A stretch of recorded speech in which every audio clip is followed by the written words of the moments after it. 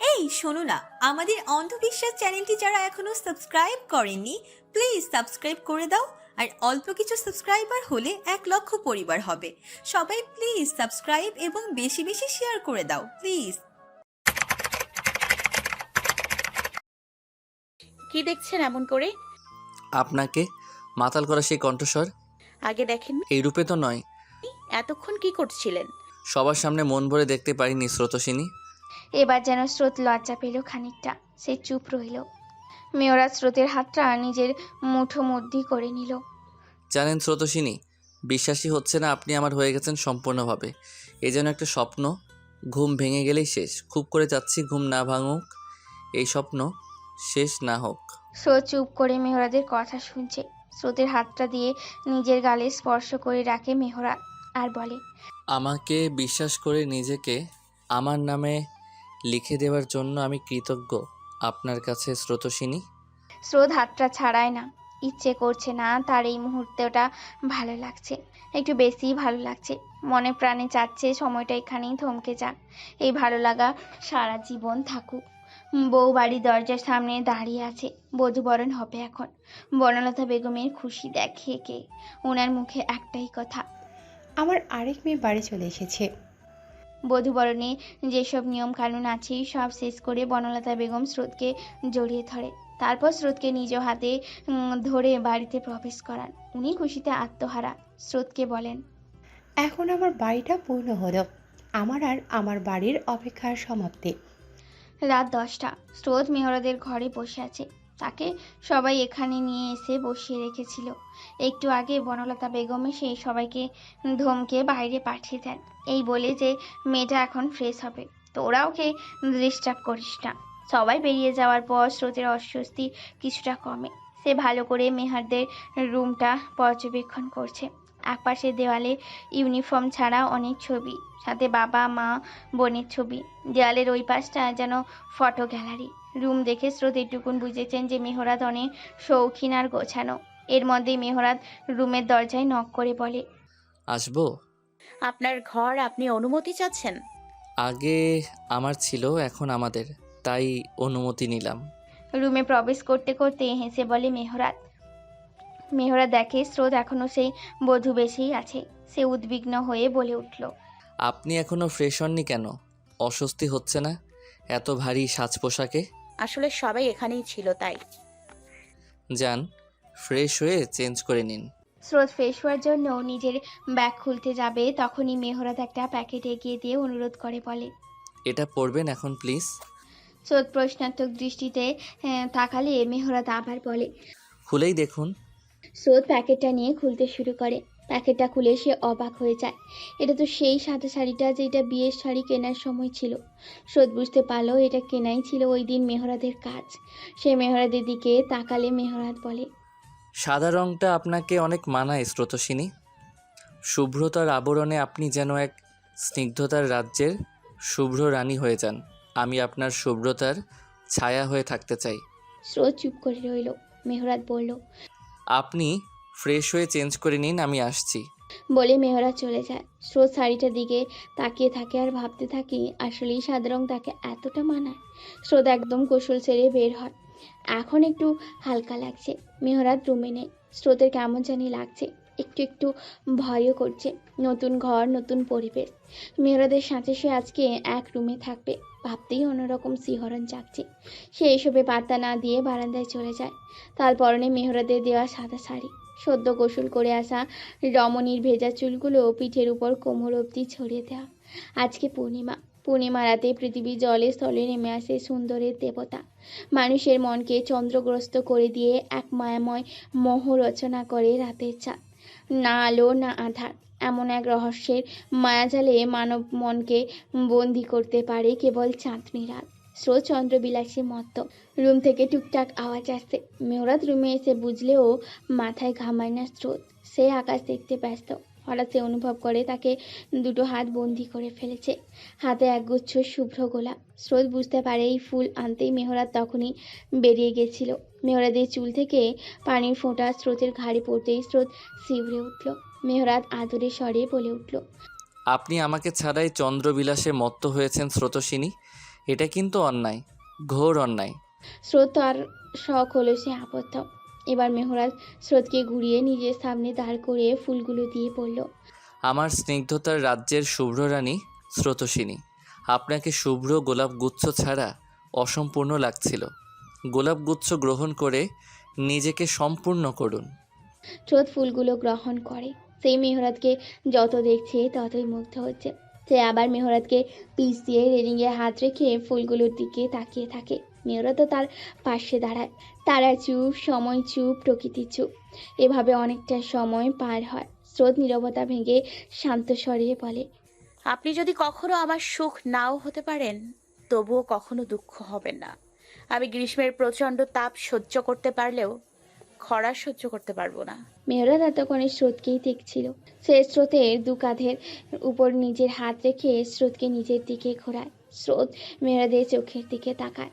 এভাবেই মেহরাত বলে ওঠে, আপনি আমার কাছে দক্ষিণা বাতাসের মতো আসা এক উপহার বসন্তের, যে আমায় প্রশান্তি দেয়।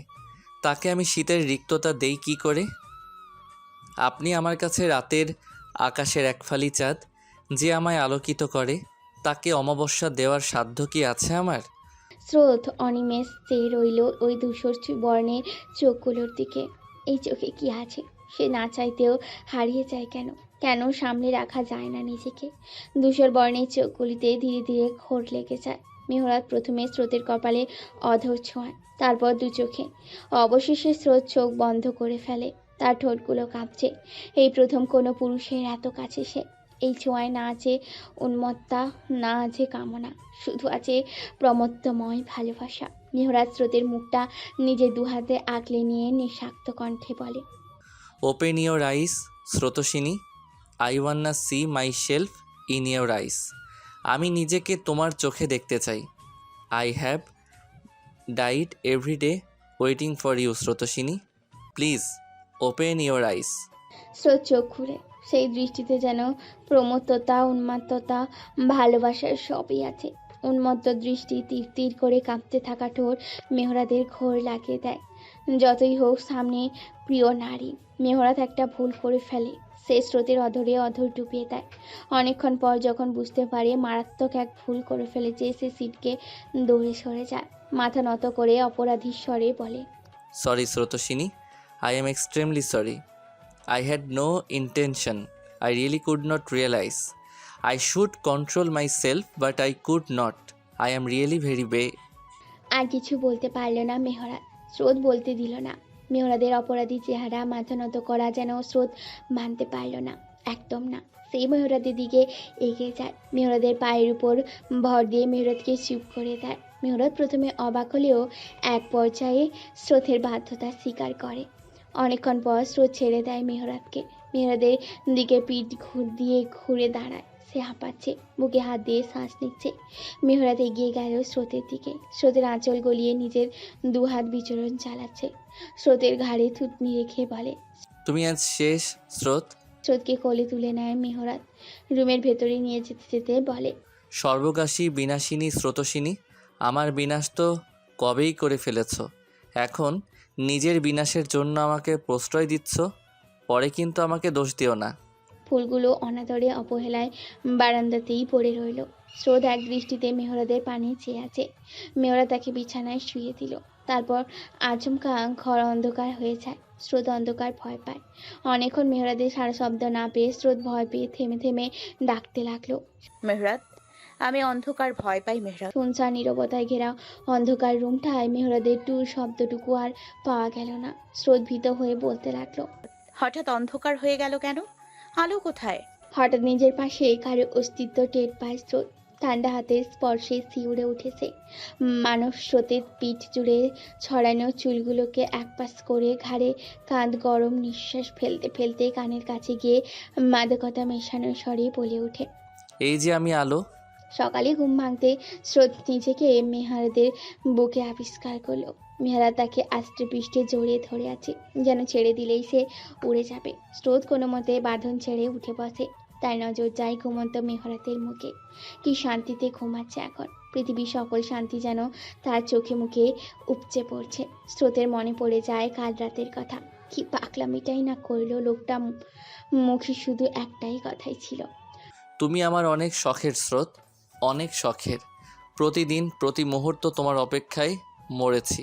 স্রোত ফ্রেশ হয়ে চুল মুছতে মুছতে বারান্দায় চলে যায়। তারপর আয়নার সামনে গিয়ে নিজেকে দেখতে থাকে। পরনে তার নীল শাড়ি, ভেজা চুলগুলো পুরো পিঠ দখল করে আছে। নিজের রূপে বড়ই অপরিচিত স্রোতের। নিজেকে কেমন অচেনা লাগছে, খুবই অচেনা। গলার কাছটায় স্বামী সোহাগ স্পষ্ট। স্রোত নিজের প্রতিবিম্ব দেখতে ব্যস্ত। হঠাৎ দুটো হাত তাকে বন্দি করে ফেলল। ভেজা চুলে মুখ ডুবিয়ে দিল। আচমকা এমন হয় স্রোত প্রথমে চিউড়ে উঠলেও পরে নিজেকে সামলে নেয়। মেহরাতে বাজ স্রোতের কাঁধে থুতনি রেখে আয়নায় দৃষ্টি ফেলে। ঘুম ঘুম কণ্ঠে বলে, আপনার এই রূপ অনেক ভয়ঙ্কর স্রোতস্বিনী, অনেক ভয়ঙ্কর। আমার গলা শুকিয়ে আসে, বুকে চিনচিনে ব্যথা হয়। আপনাতেই আমার মরণ নিশ্চিত স্রোতস্বিনী।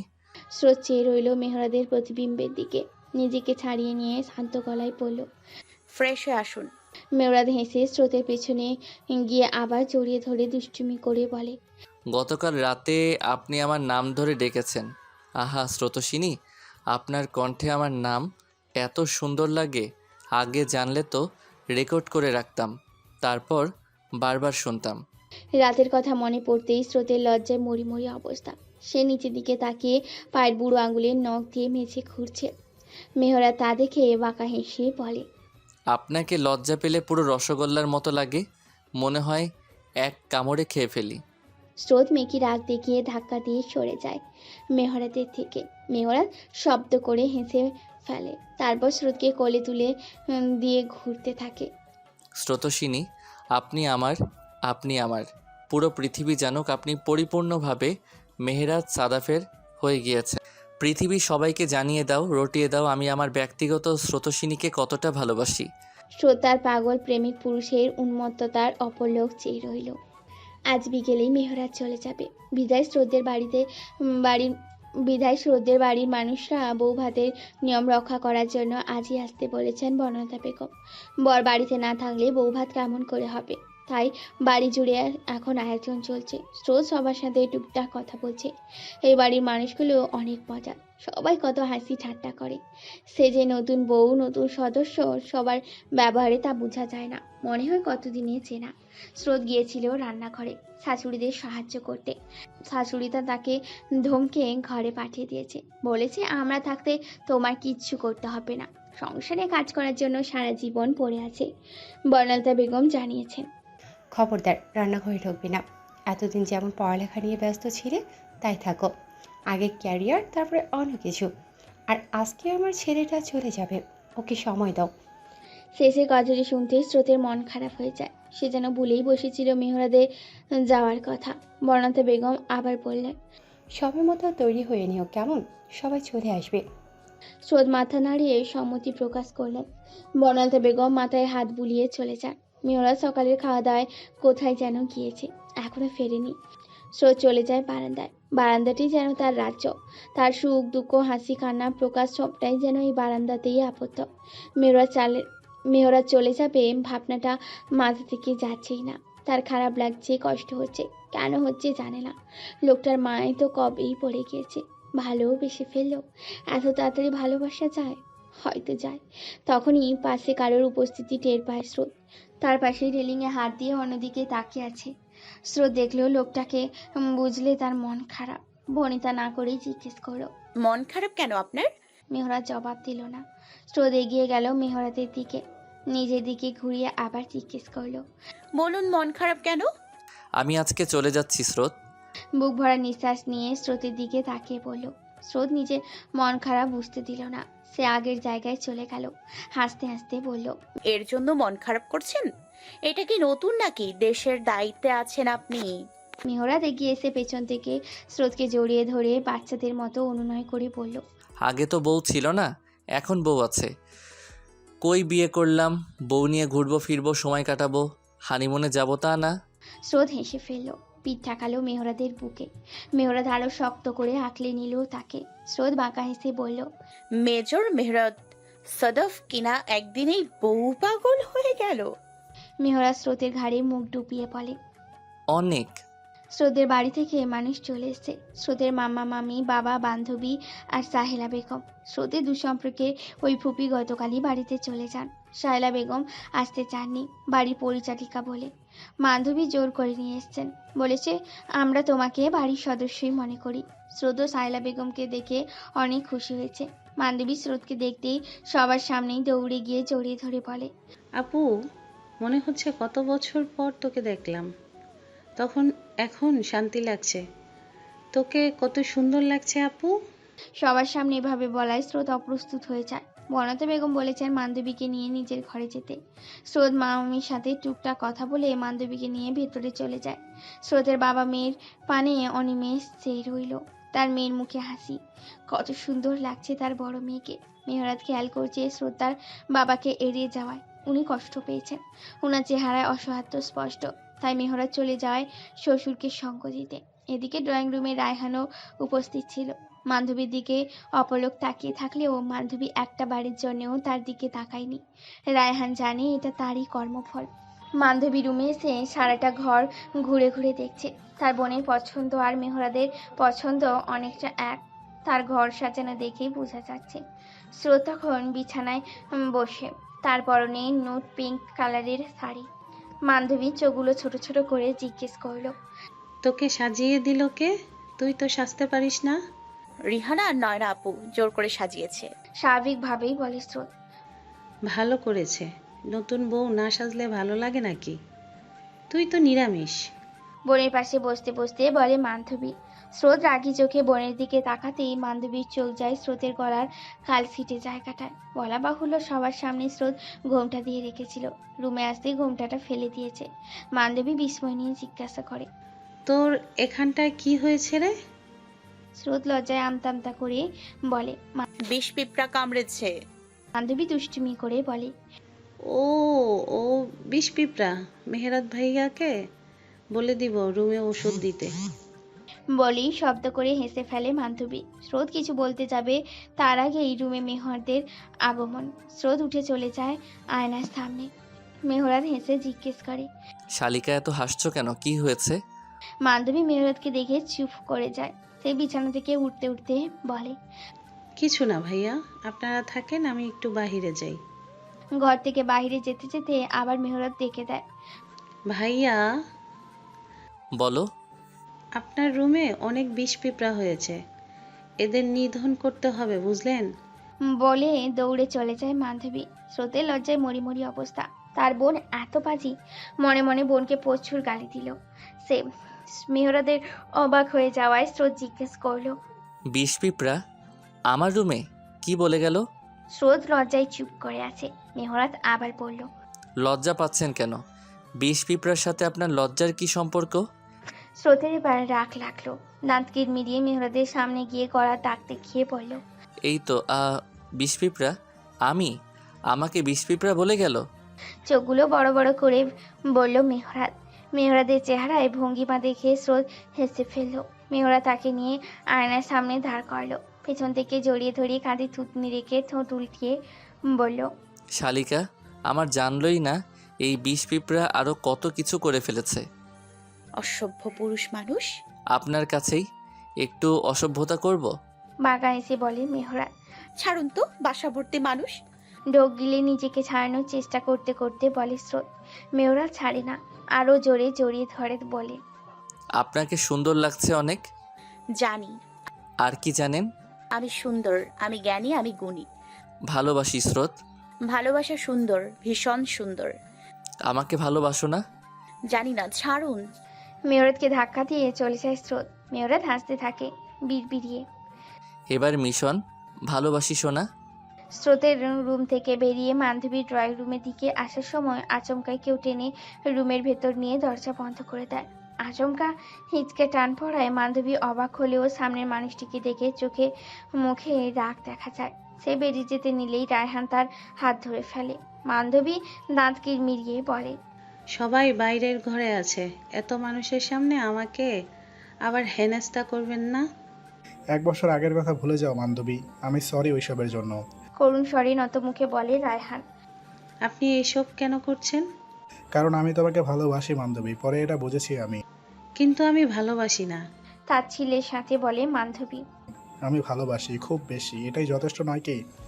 1 বছর আগে ঠিক এই কথাটাই আমি আপনাকে বলেছিলাম, কিন্তু আপনি অন্যজনের ছিলেন। রাগান্বিত কণ্ঠে দাঁত কিরমিরিয়ে বলে মান্ধবী। আমি ওই সময় বুঝতে পারিনি, আমি ওইসবের জন্য সরি। আমাকে আমার ভুলের প্রায়শ্চিত্ত করার সুযোগ দাও। প্রলম্বিত শ্বাস ফেলে অনুনয় করে বলে রায়হান। একজন ঠকা নয় আমার প্রতি 1 বছর পরে ভালোবাসা উতলে পড়েছে। শুনে রাখুন, আপনার প্রতি আমার এক আকাশ পরিমাণ ঘৃণা ছাড়া কিছুই অবশিষ্ট নেই। বান্ধবী, আমি জানি তুমি আমাকে এখনো আগের মতো ভালোবাসো। মান্ধবী তার কথা পাত্তা না দিয়ে পাশের টি টেবিল থেকে একটা কাচের গ্লাস নিয়ে ফ্লোরে ফেলে দিয়ে রায়হানকে ভাঙা গ্লাসটার দিকে ইশারা করে বলে যে, এই যে ভাঙা গ্লাসটা, এটাকে যেদিন জোড়া লাগিয়ে আগের মতো করে দিতে পারবেন, ওই দিন আপনার সরি গ্রহণ করব। নারী যেমন তার সর্বোচ্চটা দিয়ে ভালোবাসতে পারে, তেমনি তার সর্বোচ্চটা দিয়ে ঘৃণাও করতে পারে। মাথায় রাখবেন। শান্তভাবে বলে রুম থেকে বেরিয়ে যায় মান্ধবী। মান্ধবী যাওয়ার পানে কাতর দৃষ্টিতে চেয়ে রইল রায়হান। দূর থেকে একজোড়া চোখ সবকিছু অবকলন করলো। বিকেলের দিকে স্রোতের বাড়ির লোকজন চলে যেতে নিলে স্রোত মান্ধবীকে থেকে যেতে বলে। মান্ধবী থাকতে না চাইলেও যখন বনলতা বেগম বললেন, আজ মেয়েটা চলে যাবে, তুমি স্রোতের পাশে থাকলে ওর ভালো লাগবে। নতুন পরিবেশ, নতুন মানুষ, তুমি থাকলে ওর অস্বস্তি কিছুটা কমবে, থেকে যাও। মান্ধবী জানে তার বোন অচেনা মানুষের ভিড়ে কেমন অস্বস্তিতে থাকে। বোনের কথা ভেবে অনিচ্ছা সত্ত্বেও থেকে যায় মান্ধবী। স্রোত ঘরে এসে দেখে মেহরাত ব্যাগ গোছাচ্ছে। তাকে এখনো খেয়াল করেনি। সে এসে পাশে চুপ করে দাঁড়িয়ে থাকে।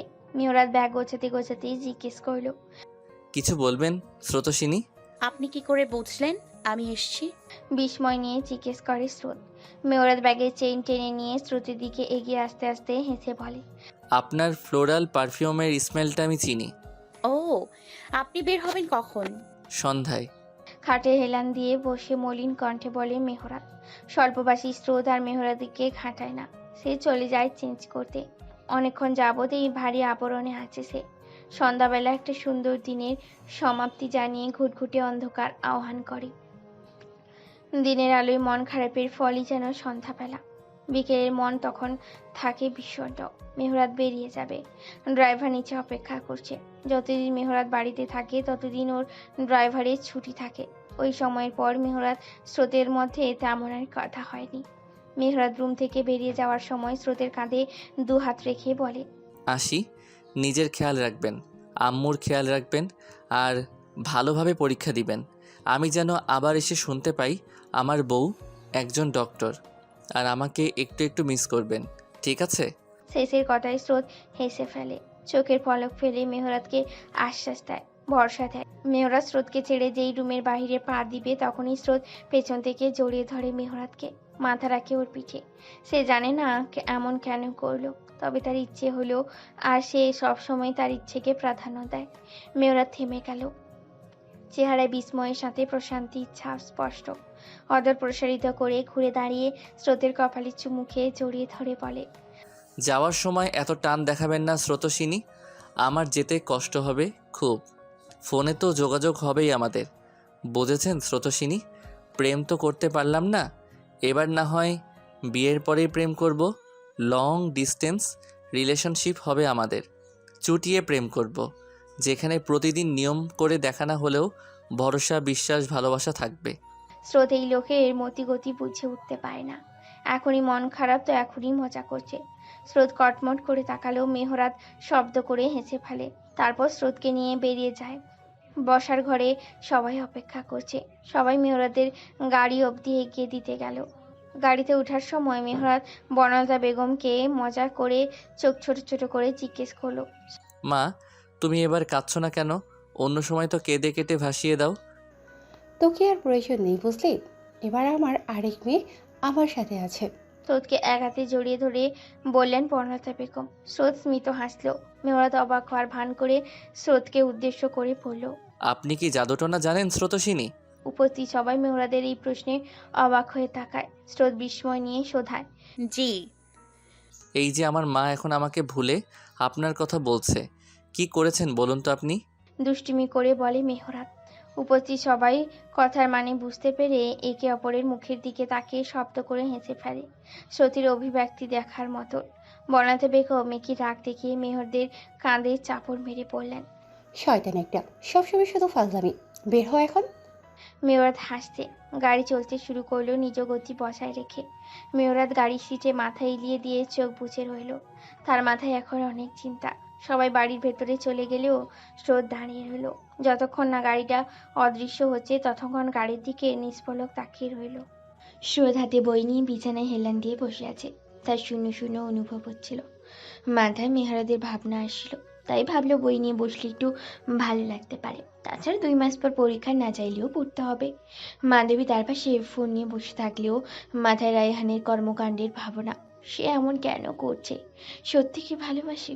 এভাবে ভালোবাসা হয়?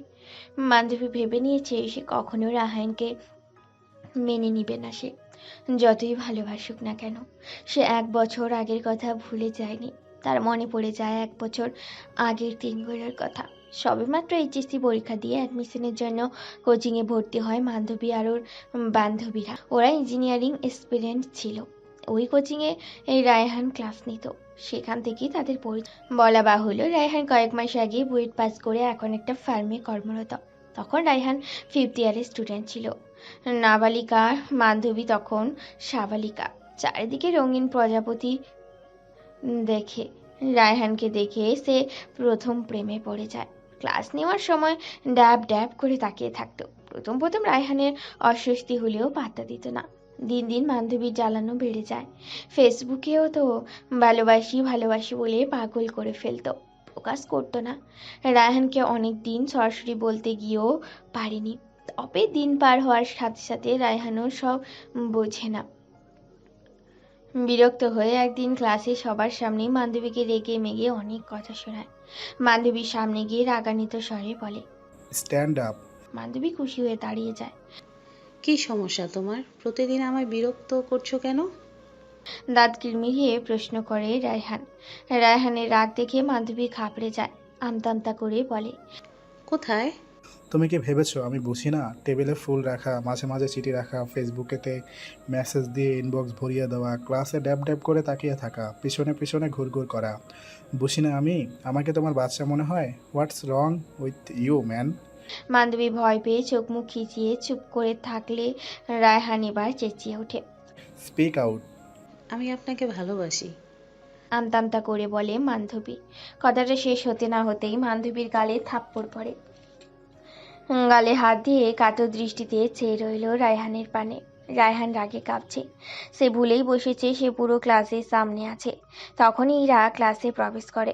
ইরা আর রায়হান সমবয়সী ব্যাচমেট। দুজনেই কোচিং সেন্টারে পড়াতো।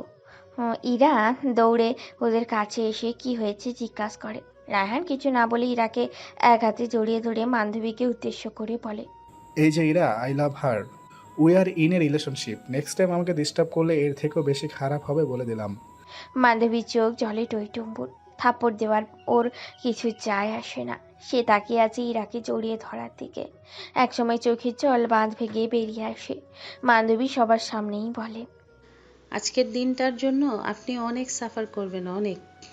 এই আমাকে বলে কাঁদতে কাঁদতে বেরিয়ে যায় বান্ধবী। পরে হীরা সব শুনে রায়হানকে বলেছিল যে তুমি এটা ঠিক করনি। বাচ্চা মেয়ে বুঝিয়ে বললেই হতো। পুরো ক্লাসের সামনে ওকে থাপ্পড় মারাটা ঠিক করেছো? পুরো ক্লাসের সামনে ওকে থাপ্পড় মারাটা কি ঠিক হয়েছে? 2 মাস যাবৎ বিরক্ত করছিল, পাত্তা দেই নাই। তবুও ভেবেছিলাম পুরো ক্লাসের সামনে ধমকালে ঠিক হয়ে যাবে। উল্টো ও সবার সামনে বলে ভালোবাসি, তাই নিজেকে কন্ট্রোল করতে পারিনি। তবুও তোমার ওকে বুঝিয়ে বলা উচিত ছিল, আলাদা করে কথা বলা উচিত ছিল। তুমি ভুল করেছো। আগামী ক্লাসে ওকে সরি বলবা। ঠান্ডা মাথায় বলে চলে যায় ইরা। রায়হান ইরার কথাগুলো ভাবতে থাকে। সে অনেক বড় ভুল করে ফেলেছে। পরে বুঝতে পারলেও সরি বলার সুযোগ পায় না। মামরা মেয়ে বান্ধবী প্রথম প্রেম প্রত্যাখ্যানে পুরো ক্লাসের সামনে অপমান মানতে পারেনি সে। সে আর কোচিংয়ে যায়নি। অনেক ভেঙে পড়েছিল। বান্ধবী ছাড়া কাউকে বলতেও পারছিল না। স্রোত পড়াশোনায় ব্যস্ত থাকায় খেয়ালও রাখতে পারেনি। অদৃষ্টের পরিহাসে বান্ধবী ইঞ্জিনিয়ারিং বিশ্ববিদ্যালয়ে চান্স না পেলে ঢাবিতে পেয়ে যায়। রায়হান নিজের ভুল বুঝতে পেরে বান্ধবীদের কাছে ওর খোঁজ চাইলেও ওরা দেয় না। অফিসের খাতা চেক করে দেখতে পায় ওইখানে বান্ধবীদের গ্রামের বাড়ি অ্যাড্রেস দেওয়া। রায়হান আর বান্ধবীর খোঁজ পায় না। অপরাধ বোধে ভোগে একটা বছর। বান্ধবীর ধ্যান ভাঙে রিহান ও নয়নার ডাকে।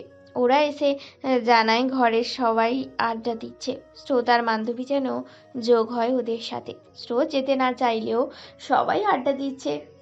স্রোত আর বান্ধবীও যেন যোগ হয় ওদের সাথে। স্রোত যেতে না চাইলেও ওরা জোর করে নিয়ে যায়। বলে যে আমরা কালকে চলে যাব, এখন বাড়ি ফাঁকা থাকবে, বেশি বেশি করে পড়ালেখা করবে, আজকে ছুটি নাও। ড্রয়িং রুমে বাড়ির নবীন প্রবীণ সবাই উপস্থিত। সবাই নিজেদের মধ্যে হাসি ঠাট্টায় ব্যস্ত। স্রোতদের দেখতে পেয়ে বনলতা বেগম নিজের পাশে স্রোতকে বসালেন। বান্ধবীও স্রোতের পাশে বসলো। রায়হান একবার বান্ধবীর দিকে তাকিয়ে চোখ ফিরিয়ে নেয়। রিহানা আর নয়না হেসে সবাইকে বলে, জানো, গিয়ে দেখি আমাদের নতুন বউ পড়তে বসেছে। ভাবির নাম ইতিহাসে বড় বড় করে লিখে রাখা হবে যে বিয়ের পরের দিনই কনে পড়তে বসেছে। সবাই হেসে ফেলে। বনলতা বেগম হাসি থামিয়ে স্রোতকে আদর করতে করতে বললেন, আমার মেয়ের পরীক্ষা 2 মাস পর, কত টেনশনে আছে ও। তোরা ওকে নিয়ে মজা করবি না। নবীন বলে ওঠে, ভাবি, আজকে আমরা আপনাকে একটু বিরক্ত করব। কালকে আমরা চলে যাব, তারপর পড়বেন। আজকে আমাদের আড্ডা দিন। স্রোত তখন স্মিত হেসে বলে, আরে তেমন কোনো ব্যাপার না, আসলে কিছু ভালো লাগছিল না, তাই আর কি। নয়না মজা করে বলে। কেন কেন ভাইয়াকে মিস করছিলে নাকি ভাবি? স্রোত লজ্জা পেয়ে যায়। স্রোত কিছু বলবে তার আগেই নবীন বলে ওঠে, তুই তো আরিফ ভাইয়াকে চোখে হারাস। ভাইয়া যখন বাইরে থাকে তখন হুদাই ফোন দিয়ে বিরক্ত করিস। তাহলে ভাবি মিস করবে না কেন? সবাই হেসে ফেলে। আরিফ সামনেই নয়না আরিফ দুজনেই লজ্জা পায়। নয়না লজ্জা আড়াল করে ভাইদের দিকে কটমট করে তাকিয়ে বলে, তুই চুপ কর, তুই দেখেছিস এমন করতে? দেখিনি মানে? ভাইয়া যখন রাগ করে তোর ফোন রিসিভ করে না, তখন তো আমার ফোন দিয়েই কল করিস। এই মিথ্যে বলবি না একদম, ভালো হবে না বলে দিলাম। মেকি রাগ দেখিয়ে বলে নয়না। সবাই দুই ভাই বোনের খুনসুটি দেখছে আর হাসছে। মাধবী বেগম তখন ছেলে মেয়েদের থামাতে বলে ওঠেন, এই তোরা চুপ করবি? এখনো ঝগড়া করছিস? পাপের মতো ঝগড়ুটে হয়েছিস দুটাই। সবাই হাসছে। নলক সাহেব তখন তেলে বেগুনে জ্বলে উঠলেন। এই মাধবী, মিথ্যে বলবে না, আমি ঝগড়া করি না, তুমিই করো। তখন নয়না নবীন একসাথে বলে ওঠে, একদম আমরা বাবার পক্ষে। আসছে, আমি ঝগড়া করি? আমার সারা জীবন চলে গেল এদের পেছনে খাটতে খাটতে, আর এরা বাপের পক্ষ নেয়। হার মাস জ্বালিয়ে খেলো আমার। মেঘি রাগ দেখিয়ে বললেন মাধবী বেগম। সবাই ঠোঁট টিপে হাসছে। নলক সাহেব তখন আদুরের স্বরে বললেন, আহা মাধবী, রেগো না তো, আমরা মজা করছিলাম, আমরা তোমাকে অনেক ভালোবাসি। স্রোত চুপচাপ ওদের কাণ্ড দেখছে। এমন একটা সুখী পরিবার তো ওর স্বপ্ন ছিল।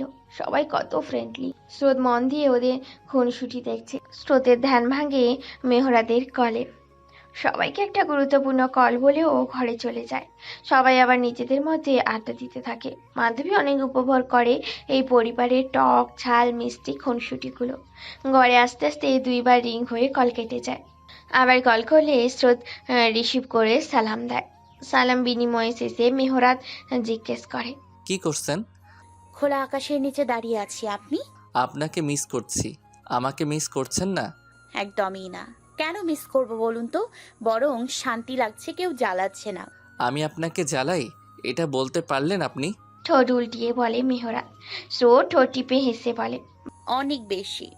আমি আমার বউকে জ্বালাই, আপনার কি? এটা আমার স্বামীগত অধিকার। ভাব নিয়ে বলে মেহরাত। স্বামীগত অধিকার আবার কি? এই তো, বউকে আদর করা, টুপ করে জড়িয়ে ধরা, একটু একটু চুমু খাওয়া, বউকে জ্বালানো রাগানো।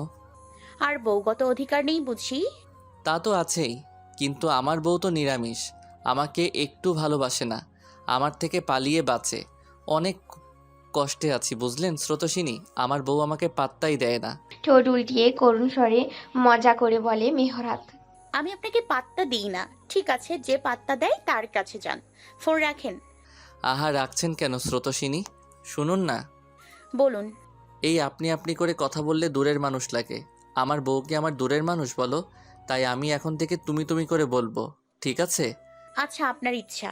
তুমিও তুমি তুমি করে বলবে। আমার সময় লাগবে। নিরামিষ কোথাকার। ফোন রেখে দেবো কিন্তু। না না, আমার ভালো বউটা সোনা বউটা শোনো না। আদুরে স্বরে বলে মেহরাত।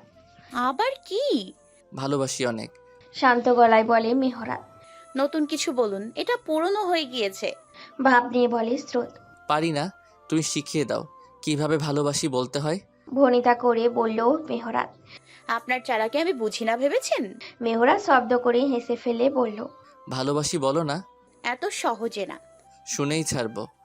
চেষ্টা করতে থাকেন। বলা লাগবে না, যখন থাকবো না তখন ঠিকই বলবে। আমি শুনতে পাবো না আর কি। স্রোতকে ইমোশনাল করার জন্য কথাটা বলেও স্রোত রেখে যায়। সব সময় ফাজলামি ভালো লাগে না। ফার্দার আমার সামনে এসব কথা বলবেন না। মজা করছিলাম, সরি। স্রোত কিছু বলে না, তার রাগ লাগছে। মা চলে যাওয়ার পর এই কাউকে বিশ্বাস করলো, ভরসা করলো, নিজের আত্মার সঙ্গী করলো। তার হারিয়ে যাওয়ার কথা মেনে নিতে পারছে না সে। মেহরাত সারা শব্দ না পেয়ে বলে। আমাকে হারানোর ভয় পাও তবুও ভালোবাসি বলো না। বলবো না, খারাপ লোক। বলে ফোন কেটে দেয় স্রোত। মেহরাত বুঝেছে বউ রেগেছে, আবার ফোন করতে থাকলো। বেশ কয়েকবার ফোন বাজার পর স্রোত রিসিভ করলো, কিন্তু কথা বলল না। আমি তো ভুলেই গেছিলাম আমার বউয়ের অনেক রাগ। থলি বউ, আর বলবো না এমন। ঠোঁট উল্টিয়ে বলে মেহরাত। ঠোঁট উল্টানো দেখে স্রোত হেসে ফেলে, আবার কথা বলতে শুরু করে। স্রোত নিজের পরিবর্তন নিজে খেয়াল করছে। এই লোকটা তাকে পরিবর্তন করে ফেলেছে, আগের মতো করে দিচ্ছে। এই লোকটার সাথে কথা বলেই সে নিজের খোলসে থাকতে পারে না, ইচ্ছে করে না। নিজেকে অষ্টাদশী মনে হয়, যে কিনা নতুন নতুন প্রেমে পড়েছে, যার পাখির মতো ডানা মেলে উড়তে ইচ্ছে করে, রঙিন প্রজাপতি হতে ইচ্ছে করে। সময় আর স্রোত কারোর জন্য অপেক্ষা করে না। সময় অনেক দ্রুত চলে যায়, সবকিছু পরিবর্তন করে দিয়ে যায়। মেহরাজ স্রোতের বিয়ে হয়েছে 1 মাস শেষ। সময়ের সাথে সাথে মেহরাজ স্রোতের সম্পর্কের উন্নতি হয়েছে। তার পেছনে মেহরাদের সম্পূর্ণ ক্রেডিট থাকলেও স্রোতের খুব কম নেই। সে তার ইচ্ছেকে প্রাধান্য দিয়েছে। স্রোতের দিনগুলো আগের মতো ব্যস্ততায় কাটলেও মন আগের মতো গম্ভীর নেই। মন এখন প্রেমে পড়েছে, এক মেজরের প্রতি কঠিন প্রেমে পড়েছে। স্রোত আবার পুরো দমে লেখাপড়ায় মনোযোগ দিয়েছে। বনলতা বেগম তাকে রান্নাঘরের আশেপাশে যেতে দেয় না, ধমকে রুমে পাঠিয়ে দেয় পড়ার জন্য। ওর একটাই কথা, বিয়ের প্রভাব যেন পরীক্ষার উপর না পড়ে। স্রোত মাঝে মাঝে ওনাকে দেখে অবাক হয়। এত ভালো শাশুড়ি পৃথিবীতে আছে সেটা বনলতা বেগমকে না দেখলে জানতেই পারত না। এখন তো বেশিরভাগ দিন উনি স্রোতকে খাবার টাইমে খাইয়ে দেন। স্রোতের মাও এমন করতেন। যখন পরীক্ষায় গিয়ে আসতো, পরীক্ষা চলতো, তখন তিনি স্রোতকে খাইয়ে দিতেন। ওনারাও একটাই কথা ছিল, তুমি শুধু পড়তে থাকো, আর কিচ্ছু চাই না তোমার থেকে। স্রোতের মনের ভয় এখন নেই বললেই চলে। ভয় উঁকি দিলেও সে পাত্তা দেয় না। প্রতি রাতেই মেহরাদের সাথে কথা হয়। মেহরাদের নতুন নিয়ম করেছে, সেই ভিডিও কলে কথা বলবে প্রতিদিন। তার বউ পড়বে আর সে দেখবে। সে চায় না তার বউয়ের সময় নষ্ট হোক। এইসব ভাবতে ভাবতেই স্রোতের ঠোঁটে হাসি ফুটে ওঠে। বারান্দায় দাঁড়িয়ে দাঁড়িয়ে গত 1 মাস ঘটে যাওয়া সবকিছু ভাবছিল স্রোত। তার ধ্যান ভাঙে ফোনের আওয়াজে। সে জানে তার মেজর সাহেব কল দিয়েছে। প্রতিদিনই এমন সময় কল দেয়। স্রোতের সাথে কথা বলে চুপ হয়ে যায়। স্রোত টেবিলে বসে বসে পড়ে আর সামনে ফোনে ভিডিও কলে থাকে। অনেক সময় এভাবে দেখতে দেখতে মেহরাত ঘুমিয়ে যায়। আবার অনেক সময় স্রোতের সাথে সারা রাত জেগে ভোরে ঘুমোতে যায়। স্রোত অনেক নিষেধ করলেও সে শোনে না। প্রথম কয়েকদিন স্রোতের একটু অস্বস্তি হলেও এখন হয় না। এখন সে পাক্কা মেহরাদের বউ। বেশ কয়েকবার রিং বাজার পরেও স্রোত কল রিসিভ করে না। স্রোতের মাথায় দুষ্টু বুদ্ধি চেপেছে। সে জানে এখন কল রিসিভ না করলে মেহরাত একটু রাগ দেখাবে, কিন্তু স্রোত জানে বেশিক্ষণ রাগ দেখাতে পারবে না। আরো 2 বার রিং হওয়ার পর 3 বারের মাথায় স্রোত কল রিসিভ করে সামনে রেখে দেয়। মেহরাত মেকি রাগ দেখিয়ে বলে, কয়টা কল দিয়েছি তোমায়? বেশি না, মাত্র 9টা। মেহরাদের রাগকে পাত্তা না দিয়ে ভাব নিয়ে বলে স্রোত। গুনেছ অথচ রিসিভ করনি? দাঁত কিরমিরিয়ে বলে মেহরাত। আমার ফোন, আমার বর ফোন দিয়েছে, আমার ইচ্ছা কখন রিসিভ করব নাকি করব না। দিস ইজ নট ফেয়ার স্রোত, জানো তো আমার টেনশন হয়। হাল ছেড়ে দিয়ে বলে মেহরাত। সে জানে এই মেয়ের সাথে রাগ দেখিয়ে লাভ নেই, সে পাত্তাই দিবে না তাকে। Everything is fair in love and war. ভাব নিয়ে বলে Srot. Oh that means you admit that you are in love with me? বাঁকা হেসে বলে মেহরাত। স্রোত নিজের কথায় নিজেই ফেঁসে যায়। এদিক ওদিক তাকানো শুরু করে। আমতা আমতা করে বলে, কথার কথা বলেছি। আমি সিরিয়াসলি নিয়েছি। যা খুশি করুন গিয়ে। মেকি রাগ দেখিয়ে বলে স্রোত। সেটাই তো পারছি না বউ। ঠোঁট উল্টিয়ে বলে মেহরাত। যতবার মেহরাত বউ, সম্বোধন করে ততবার স্রোতের বুকটা ধক করে ওঠে। মনে হয় এই শব্দটায় মাদক মেশানো থাকে। মেহরাতের কথা বুঝতে না পেরে স্রোত প্রশ্নাত্মক দৃষ্টিতে তাকালে মেহরাত আবার ঠোঁট উল্টিয়ে বলে। এই যে তোমাকে আদর করতে পারছি না। স্রোত যেন লজ্জা পায়, চোখ ফিরিয়ে নেয়। মেহরাত এভাবে গাঢ় স্বরে ডেকে ওঠে। স্রোতস্বিনী। এই একটা সম্বোধনই যথেষ্ট স্রোতকে উলটপালট করার জন্য। ছোট্ট করে জবাব দেয়। আমার অনেক আদর আদর পাচ্ছে। বাচ্চাদের মতো অনুনয় করে বলে। আর বইয়ে মুখ রেখে বলে স্রোত। অনেক প্রেম প্রেমও পাচ্ছে। আর তোমাকে কোলে নিতে ইচ্ছে হচ্ছে। আর এই তুমি মজা নিচ্ছ? স্রোত ঠোঁট টিপে হেসে বলে। একদম। এই তাকাও আমার দিকে। তোমার বইগুলা আমার সাথে সতীনের মতো আচরণ করে। নাক টেনে বলে মেহরাত। তাকালাম। চোখ ফোনের স্ক্রিনে তুলে বলে স্রোত। তুমি আমার ইমোশন নিয়ে মজা নিতে পারলে? পারলাম। নাও নাও, বেশি করে মজা নাও। তুমি তো আমার কষ্টটা বুঝলে না। নাক টেনে টেনে ভনিতা করে করুণ স্বরে বলে মেহরাত। কি কষ্ট শুনি? শুনে যুক্তিযুক্ত মনে হলে আমিও না হয় আপনার সাথে একটু কষ্ট বিলাস করব। মুচকি হাসলো স্রোত। তুমি আবার মজা নিচ্ছ? যাও, আর কথাই বলবো না। ওকে, রেখে দিচ্ছি ফোন। ফোনের দিকে হাত বাড়িয়ে বলে স্রোত। এই না না, সারা দিনে একটু বউটাকে দেখতে পেয়েছি, তুমি সতীনের মতো আচরণ শুরু করছো কেন? ভ্রুকুচকে বলে মেহরাত। আমি আপনার সাথে সতীনের মতো আচরণ করছি? সেন্টি খেয়ে বলে স্রোত। হ্যাঁ করছো তো। তুমি আমার কষ্টগুলো শুনতেই চাচ্ছ না, উল্টো মজা নিচ্ছ। আচ্ছা বলুন তবে আমার কষ্টগুলো।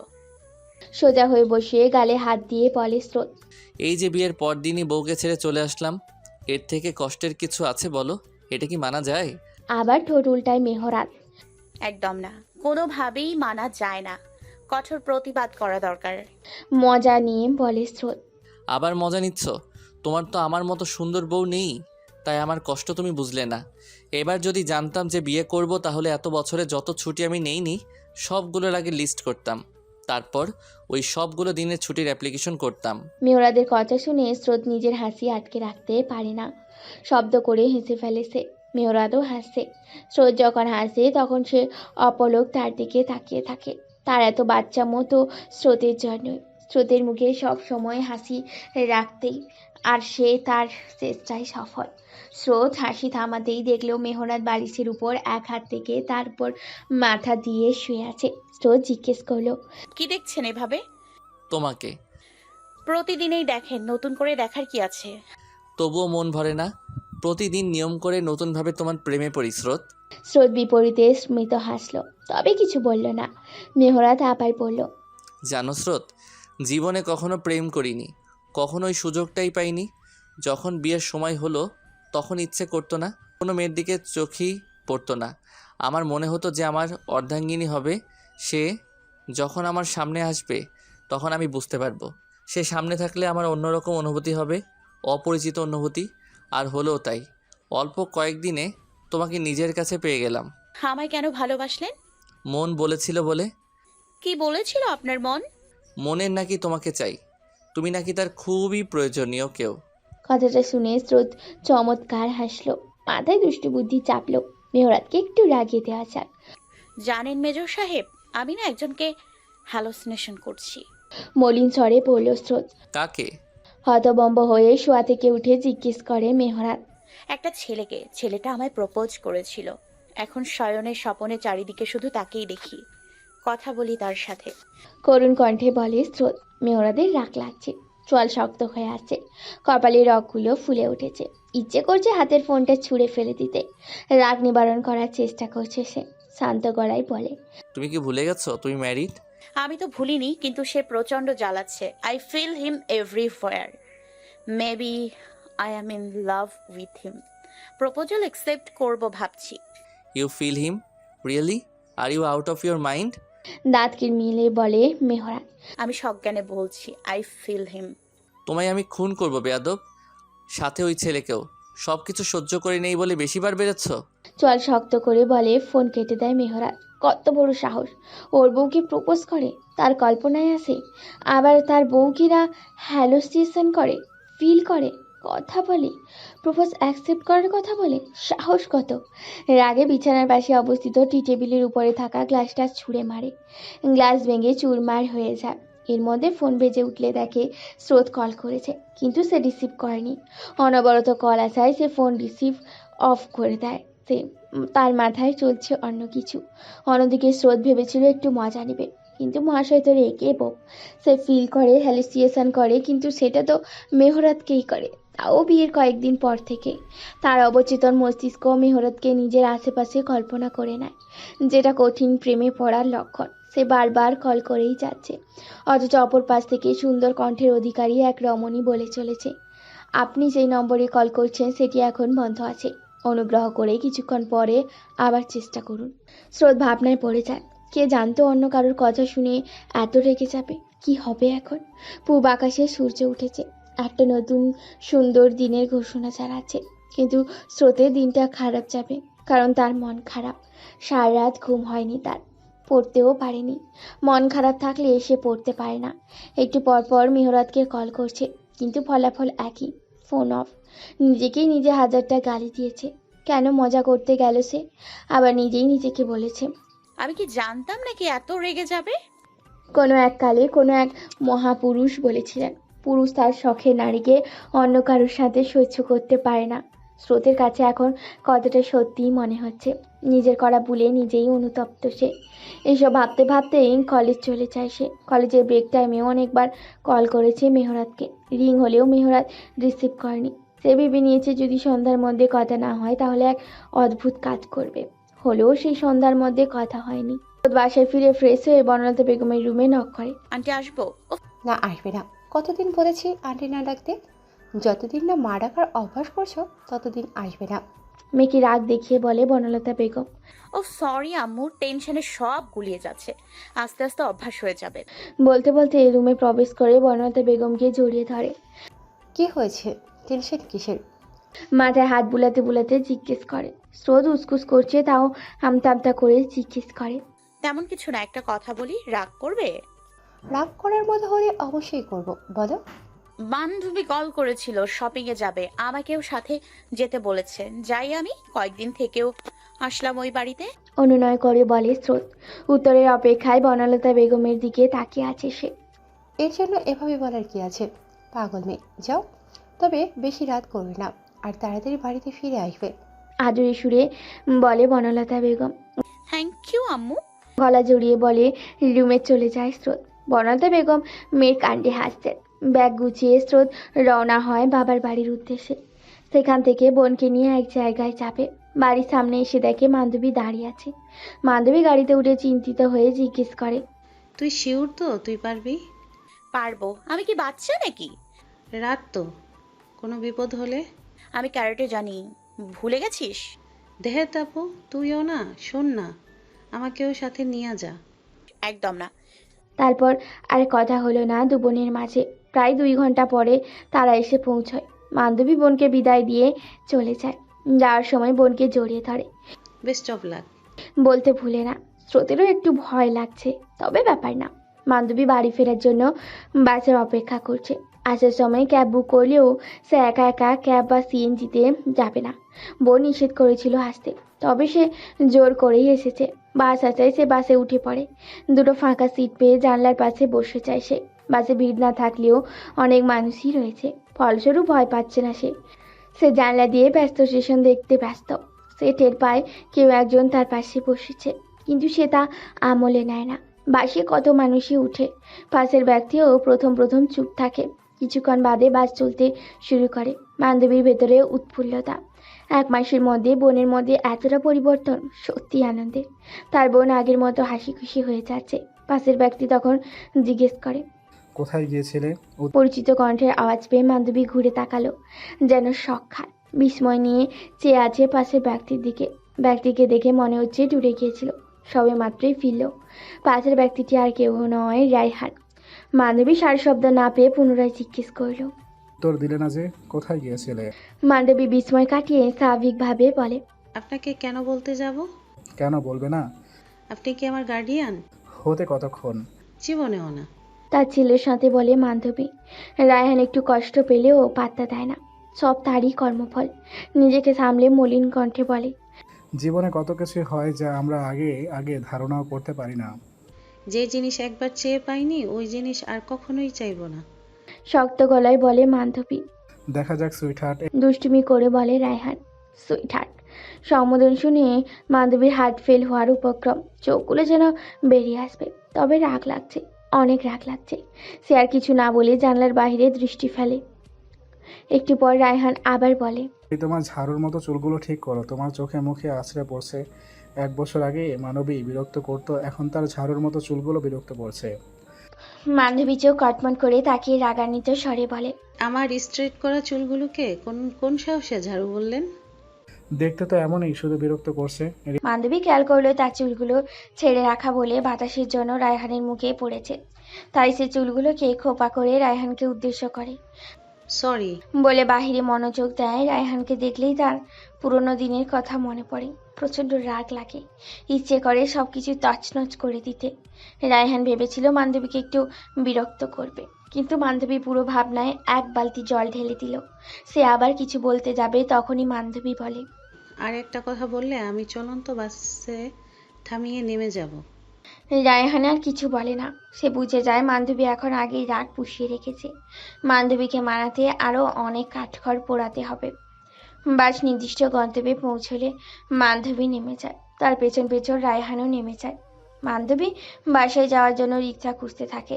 অনেকটা রাত হয়ে যাওয়ায় রাস্তায় রিক্সা নেই বললেই চলে। একটা রিক্সা পেয়ে বান্ধবী উঠে পড়ে, সাথে সাথে রায়হানও উঠে পড়ে। রিক্সা চলতে শুরু করে। বান্ধবী রেগে গিয়ে বলে, আপনি এই রিকশায় উঠলেন কেন? নামুন। রিক্সা কি তোমার বাপের? রিক্সাই মামার, ওনার যাকে ইচ্ছা তাকে উঠাবেন, তাই না মামা? রিক্সাওয়ালা মামাও হেসে বলে। হ্যাঁ হ্যাঁ। বান্ধবী এবার রিক্সাওয়ালা মামাকে রিক্সা থামাতে বলে। সে নেমে যাবে। রায়হান একটু এগিয়ে রিক্সাওয়ালা মামাকে আস্তে আস্তে বলে, মামা বউ রাগ করেছে, আপনি রিক্সা থামায়েন না। রিক্সাওয়ালা মামা হাসছে। বান্ধবী রায়হানের কথাটা শুনতে পেয়েছে। সে অবাক হতবাক, তাকে বউ বলে পরিচয় দিল। কি বলবে বুঝে উঠতে না পেরে চুপ করে রইল। রায়হান বান্ধবীকে উদ্দেশ্য করে বলল, এত রাগ না বান্ধবী। এটা আপনার 1 বছর আগে মাথায় রাখা উচিত ছিল। কাচিলের সাথে বলে বান্ধবী। রায়হান মাথা নত করে ফেলে, কিছু বলে না।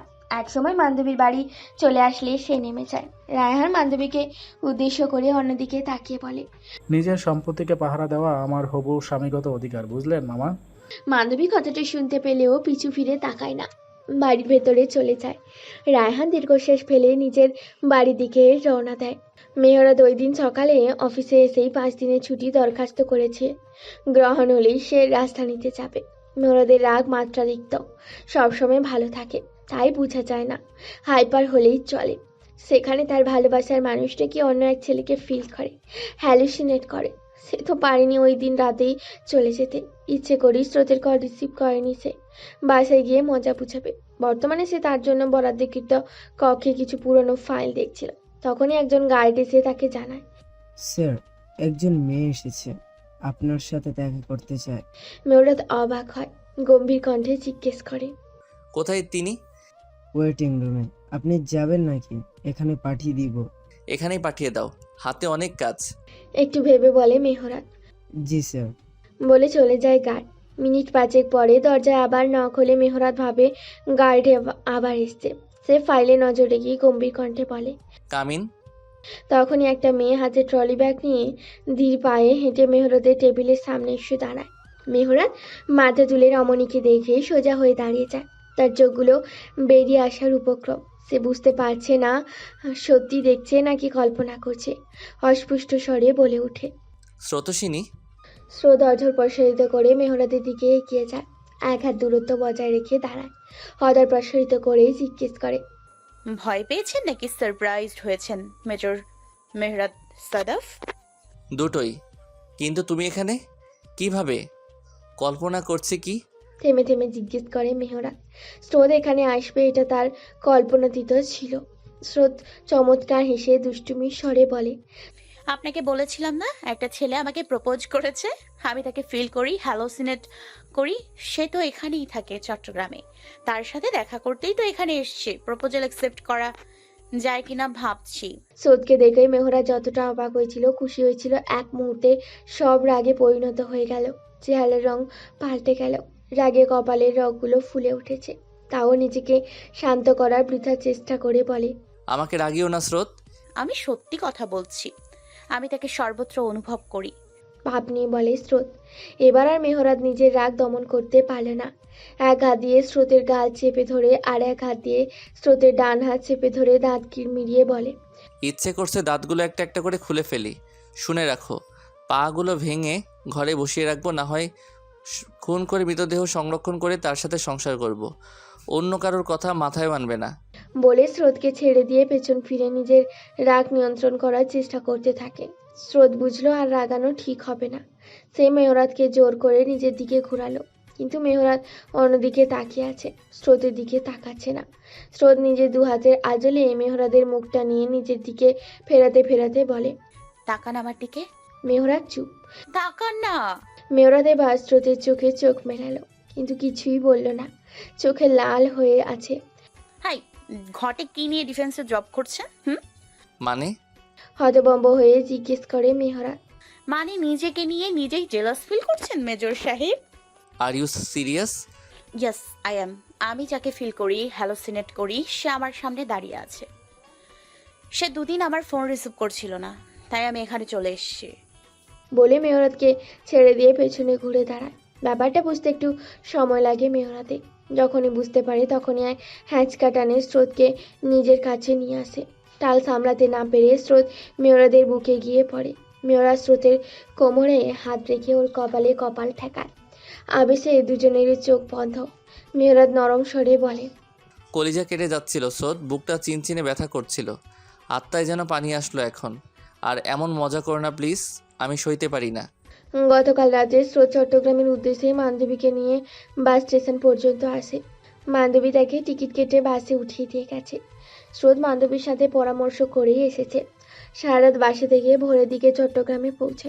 তারপর একটা হোটেলে গিয়ে ফ্রেশ হয়ে রেস্ট নিয়ে 11টার দিকে চট্টগ্রাম সেনানিবাসের উদ্দেশ্যে বের হয়। বর্তমানে স্রোত মেহরাতের সামনে বসে আছে। মেহরাত কাজ করছে। কাজের ফাঁকে ফাঁকে স্রোতের দিকে তাকাচ্ছে। চোখের ইশারায় স্রোতকে লেগ ফুল করছে আর হাসছে। স্রোত প্রথম রাগী দৃষ্টিতে তাকালেও এখন পাত্তা দিচ্ছে না। নিজেই লজ্জা লাগছে। জোকের বসে কি কাজটাই না করে ফেললো। ঢাকা থেকে চট্টগ্রাম চলে এসছে। এখন মেহরাত তো তাকে পচাবেই, মজা নেবে। স্রোত বলেছিল হোটেল ফিরে যেতে। মেহরাত নিষেধ করে এখানেই বসিয়ে রেখেছে। কে কি ভাববে বলবে সেটা মেহরাত ম্যানেজ করে নিবে। তখনই দরজায় নক করে একজন মেয়ে ক্যাপ্টেন প্রবেশ করে। তার নাম ক্যাপ্টেন সামিরা সুলতানা। সে গত 2 বছর যাবৎ মেহরাতকে পছন্দ করে। হাবভাবে বোঝা যায়, কিন্তু সরাসরি প্রকাশ করে না। মেহরাত রাখলে তার চাকরির উপর প্রভাব পড়তে পারে না, তবে তার হাবভাব মেহরাতে বুঝেও পাত্তা দেয় না। সামিরা এক অপরিচিত সাধারণ নারীকে দেখে অবাক হয়। এখানে তো থাকার কথা না। তার চোখ মুখ দেখেই বোঝা যাচ্ছে সে অপ্রসন্ন হয়েছে। সামিরা অন্য কথা না বলে সোজা জিজ্ঞেস করে, স্যার উনি কে? মেহরাদের মুখ দেখে বোঝা যাচ্ছে এই প্রশ্ন শুনে সে মোটেও খুশি নয়। সে কিছু বলতে যাবে তার আগে স্রোত বলে ওঠে, পরিচিত, একটা প্রয়োজনে এসেছিলাম। সামিরা স্রোতের দিকে তাকিয়ে আছে। মেহরাদের মুখ দেখে বোঝা যাচ্ছে স্রোতের উত্তর শুনে সে খুশি হয়নি, উল্টো রেগে গেছে। সে রাগান্বিত স্বরে সামিরাকে উদ্দেশ্য করে বলে ওঠে, আপনি নিশ্চয়ই এই প্রশ্ন করার জন্য এখানে আসেননি। কেন এসেছেন সেটা বলুন। মেহরাদের কথা শুনে সামিরার মাথা নত হয়ে যায়। সে বলে, সরি স্যার। কাট কাট গলায় বলে মেহরাত। সামিরা জানালো এখনই মিটিং ডাকা হয়েছে সব অফিসারদের নিয়ে। মেহরাতকে যেতে হবে, সাথে আরো অনেক কিছু বললো। স্রোত সবটাই খুঁটিয়ে খুঁটিয়ে অবকলন করেছে। মেয়েটার হাবভাব তার একদম ভালো লাগেনি। মেহরাতের দিকে কেমন দৃষ্টিতে তাকিয়ে থাকে। স্রোতের কেন জানি এই দৃষ্টিটা ঠিক লাগছে না। মেহরাত স্রোতকে অপেক্ষা করতে বলে মিটিংয়ের উদ্দেশ্যে বেরিয়ে যায়। মেহরাত বেরিয়ে গেলে সামিরা স্রোতের দিকে সন্দেহ দৃষ্টিতে তাকায়, যা স্রোতের নজর এড়ায় না। সামিরা সন্দেহ দৃষ্টি রেখেই জিজ্ঞেস করে, আপনারা কি সত্যিই পরিচিত? অন্য কোনো সম্পর্ক নেই তো? কেন বলুন তো? না, এমনি। আপনি মেহরাজ স্যারকে পছন্দ করেন? জিজ্ঞেস করে স্রোত উত্তরের অপেক্ষা সামিরা মুখ পানে চেয়ে আছে। প্রশ্নটা শুনে সামিরার মুখের রং চেঞ্জ হয়ে যায়। স্রোত যা বুঝার বুঝে গেছে, রাগ লাগছে, তবুও নিজেকে সামলে আবার বলে, আমাকে বলতে পারেন, আমি হেল্প করতে পারবো। কথাটা শুনে সামিরার মুখ উজ্জ্বল হয়ে যায়। সে আনন্দে বলে ওঠে, 2 বছর যাবৎ ভালোবাসি, কিন্তু প্রকাশ করতে পারিনি। অনেক চেষ্টাও করেছি, পাত্তা দেন না আমায়। স্রোত এবার আর নিজেকে সামলাতে পারে না, রেগে গিয়ে বলে, এতদিন প্রকাশ করেননি আর করবেনও না। আমি মেহরাজ সাদাফের স্ত্রী মিসেস স্রোত সিনি। মেহরাজ সাদাফ। সামিরা বিস্ময় নিয়ে স্রোতের মুখ পানে তাকিয়ে আছে, কি বলবে বুঝতে পারছে না, থেমে থেমে বলে, মিটিং শুরু হয়ে যাবে, আসছি আমি। সামিরা চলে যায়, রেখে যায় রাগান্বিত স্রোতকে। স্রোত নিজের রাগ নিয়ন্ত্রণ করতে পারে না, কি করবে সে বুঝতে পারছে না। মাথার চুল টেনে ছিঁড়েতে ইচ্ছে করছে। বাসায় থাকলে এতক্ষণ কিছু না কিছু ভেঙে ফেলতো, না হয় সাদা কাগজে লিখতে বসতো, লিখলে নিজেকে নিয়ন্ত্রণ করা যায়। এত কিছু না ভেবে টেবিলের উপর থেকে কাগজ নিয়ে লিখতে শুরু করে। প্রায় ঘন্টাখানেক পর মেহরাদ এসে স্রোতের অবস্থা দেখে ভয় পেয়ে যায়। তাড়াতাড়ি করে স্রোতের কাছে যায়। স্রোতের চোখ মুখ রক্ত লাল হয়ে আছে আর ফোপাচ্ছে। মেহরাদ বুঝে উঠতে পারলো না কি হয়েছে। সে স্রোতকে আঁকলে নিল, তারপর জিজ্ঞেস করলো, এই স্রোত, কি হয়েছে তোমার? শরীর খারাপ লাগছে? বলো। স্রোত ফোপাচ্ছে আর নিজেকে ছাড়ানোর চেষ্টা করছে, কিন্তু কিছু বলছে না। মেহরাদ আবার জিজ্ঞেস করলো, কি হয়েছে? এমন কেন করছো? না বললে বুঝবো কিভাবে? আমি অতি সহজে কাউকে নিজের করি না, আর একবার যদি করে ফেলি তাহলে তার উপর অন্য কারোর নজর আমি সহ্য করতে পারি না। আপনার উপরেও কারোর নজর আমি মেনে নিব না, মানতে পারছি না আমি। আপনি আমার, একান্তই আমার, শুধুই আমার। আপনার ওপর শুধু একজনের অধিকার, আর সেই একজনটা আমি, আর কেউ নয়। মেহরাদের প্রশ্নের প্রেক্ষিতে আচমকা তাকে জড়িয়ে ধরে কথাগুলো বলে স্রোত। স্রোতের এমন আচরণে মেহরাদ অনেক বেশি অবাক হলেও কথাগুলো তাকে প্রশান্তি দিয়েছে। সে স্রোতকে চেয়ারে বসালো, তারপর এক গ্লাস পানি এগিয়ে দিল। স্রোত তা এক নিঃশ্বাসে শেষ করে। মেহরাদ স্রোতের মাথায় হাত বুলাচ্ছে। ফোপানো কিছুটা কমলে মেহরাদ কি হয়েছে জানতে চায়। স্রোত মেহরাদের দিকে তাকিয়ে বলে, ওই অফিসারটা আপনাকে পছন্দ করে, ভালো নাকি বাসে জানেন আপনি? মেহরাদ একটু সময় লাগে বিষয়টা বুঝতে। মাথায় আসতেই অট্ট হাসিতে মেতে ওঠে। স্রোত কটমট করে তাকিয়ে বলে, আপনি হাসছেন? আমি হাসির কথা বলেছি? অবশ্যই হাসির কথা বলেছ। ক্যাপ্টেন সামিরার আচরণ আমি আগেই বুঝেছিলাম, কিন্তু আমলে নেইনি। মজার ব্যাপার হলো সে এঙ্গেজড, তবুও কেন এমন করে সেই জানে। মেহরাদ এখনো হাসছে। স্রোত নিজের বোকামি বুঝতে পেরে মুখ ফিরিয়ে বসে। মেহরাদ নিজের আসনে বসলেই তার নজর পড়ে টেবিলের উপরের একটা কাগজ। সেই কাগজটা হাতে নিলে তার অধর প্রসারিত হয়। সম্পূর্ণ পৃষ্ঠাটায় লেখা, মেজর সাহেব স্রোত সিনির। চট্টগ্রামে মেহরাদের নিজস্ব ফ্ল্যাট আছে, সেখানে সে একাই থাকে। সরকারি কোয়ার্টারেও সে থাকে না। প্রথম প্রথম বনলতা বেগমও এখানে এসে থাকতেন, কিন্তু তার এই অপরিচিত শহর ভালো লাগে না। সকল আত্মীয় স্বজন সবাই ঢাকায় থাকায় ওনারা এখান থেকে একা একা ভালো লাগে না।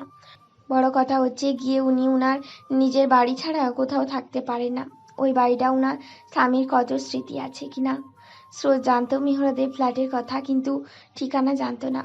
যেহেতু বনলতা বেগমকে সে বলে আসেনি, তাই ওনার থেকেও জানতে পারেনি। মেহরাদ স্রোতকে নিয়ে এখন তার ফ্ল্যাটেই আছে। ফ্ল্যাটে প্রবেশ করার সময় মেহরাদ স্রোতকে অভ্যর্থনা করেছে। Welcome to your another house. স্রোত বিপরীতে শুধু স্মিত হেসেছিল। স্রোত অবাক হয়ে যায় এই দেখে যে একটা মানুষ একা থাকে, তবুও তার ফ্ল্যাটটা কত গোছানো। কেউ বলবে না যে এখানে শুধু একজন পুরুষ থাকে। বুয়া রাতের বেলা এসে শুধু রান্না করে দিয়ে যায়। আজকে মেহরাদ বুয়াকে আসতে নিষেধ করেছে। নিজের বউকে নিজের হাতে রান্না করে খাওয়াবে। স্রোত নিষেধ করলেও কে শোনে কার কথা। মেহরাদ চলে যায় ফ্রেশ হতে। বেডরুমের অপর পাশে দেওয়ালে দেখে স্রোত হাঁ হয়ে দাঁড়িয়ে আছে। পুরো দেওয়ালটা জুড়ে তার ছবি, বিয়ের আগে বিয়ের পরে সব মিলিয়ে। দেওয়ালটাকে স্রোতসিনী দেওয়াল নামে আখ্যায়িত করলে ভুল হবে না। 3টে ছবি অন্যগুলোর তুলনায় একটু বেশি বড় ফ্রেমে আটকানো। মধ্যের বড় ছবিটা স্রোতের কবুল বলার সময়ের, যখন মেহরাদের হাতে তার হাত বন্ধি আর একে অপরের দিকে চেয়ে আছে।